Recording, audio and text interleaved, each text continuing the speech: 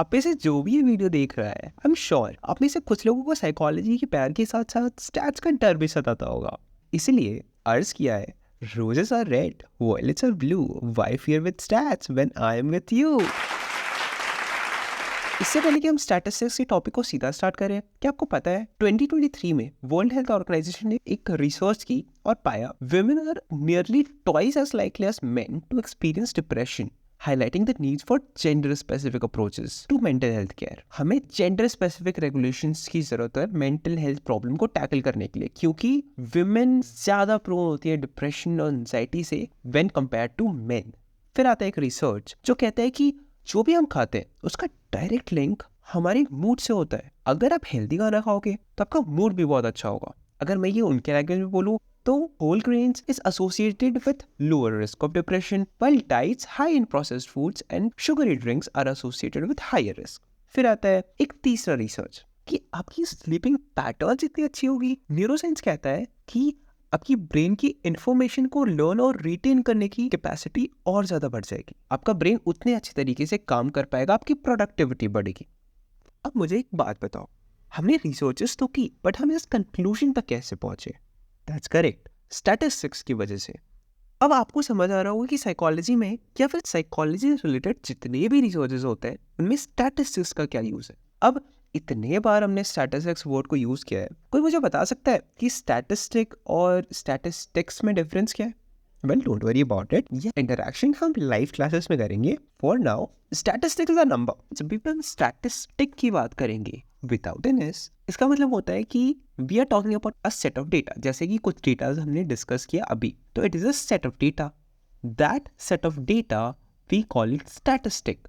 Now comes statistics. Now statistics is an umbrella term to statistic. Statistics में हम data को gather करते हैं, एनालाइज करते हैं, स्टडी करते हैं, स्टैटिस्टिकल एनालिसिस करते हैं, उसके बाद एक कंक्लूजन तक पहुंचते हैं। Basically, statistics is a branch of mathematics that deals with numbers or datas. Quick tip, you can join our Telegram and WhatsApp channel to stay updated with various government notifications, practice questions, current affair updates, and all the other information in the world of psychology. Moving on. According to Seligman, statistics is a science which deals with methods of collecting, classifying, presenting, analyzing, and interpreting the numerical data collected to throw some light on spheres of inquiry। देखो, ये Seligman ने एक definition दिया था, इससे हमें ये समझ में आता है कोई भी न्यूमेरिकल डेटा जो हमारे पास है उसको कलेक्ट करना, क्लासिफाई करना, प्रेजेंट करना और एनालाइज करके एक इंटरप्रिटेशन या फिर एक कंक्लूजन तक पहुंचना। एक और अच्छा एग्जाम्पल और डेफिनेशन कह लो, टेट ने 1995 में दिया था। He summarized the different meanings of statistics. He says that it's all perfectly clear. You compute statistics, which is mean, median, mode, etc. from statistics, मतलब numerical facts, by statistics, that is statistical methods. Now back to the question. Why are we studying statistics?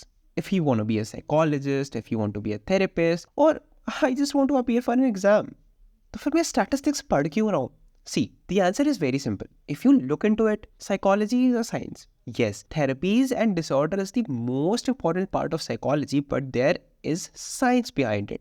जैसे psychology में आपने कुछ therapies के बारे में सुना होगा, जैसे कि cognitive behavioural therapy, REBT, exposure therapy. तो इन सारी थेरेपी में से सबसे ज़्यादा इफेक्टिव थेरेपी क्या होगी, इसका एविडेंस हमें कहाँ से मिलेगा? इसका एविडेंस हमें मिलेगा रिसर्च से।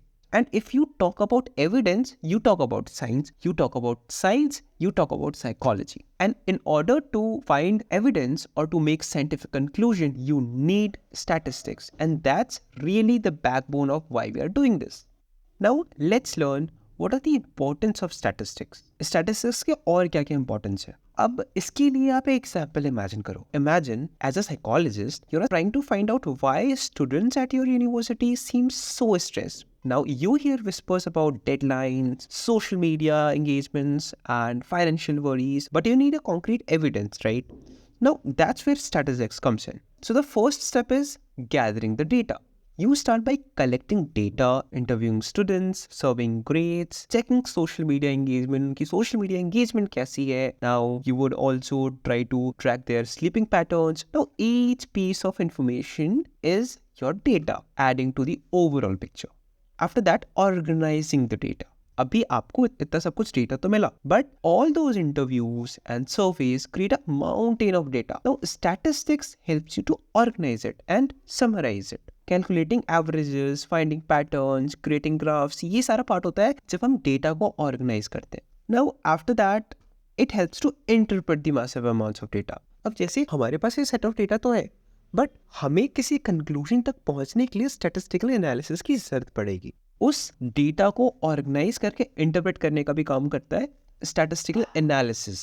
स्टैटिस्टिकल एनालिसिस में भी बहुत सारे स्टैटिस्टिकल एनालिसिस टूल्स होते हैं, जैसे कि हमने टी टेस्ट कर लिया, हमने काई स्क्वायर कर लिया. ऑल दीज स्टैटिस्टिक्स की सीरीज में आगे कवर करने वाले हैं. After that, objectively interpreting the information, ये बहुत इंपॉर्टेंट है. So what is objectivity? Objectivity बहुत इंपॉर्टेंट है किसी भी साइंटिफिक रिसर्च के लिए. Objectivity means that you are impartial and the results of the given study will not be influenced by your personal experience, your judgments or your preconceived notions. मतलब आप क्या सोचते हो उस रिजल्ट्स के बारे में, उस हाइपोथेसिस के बारे में, ये मैटर नहीं करता. स्टैटिस्टिकल एनालिसिस के बाद आपका रिजल्ट क्या कहता है वो मैटर करता है. Which means with the given data forming a conclusion will be the same for everyone. मतलब अगर मैं रिजल्ट्स कैलकुलेट कर रहा हूँ, आप रिजल्ट्स कैलकुलेट कर रहे हो, आंसर्स हमेशा सेम होंगे.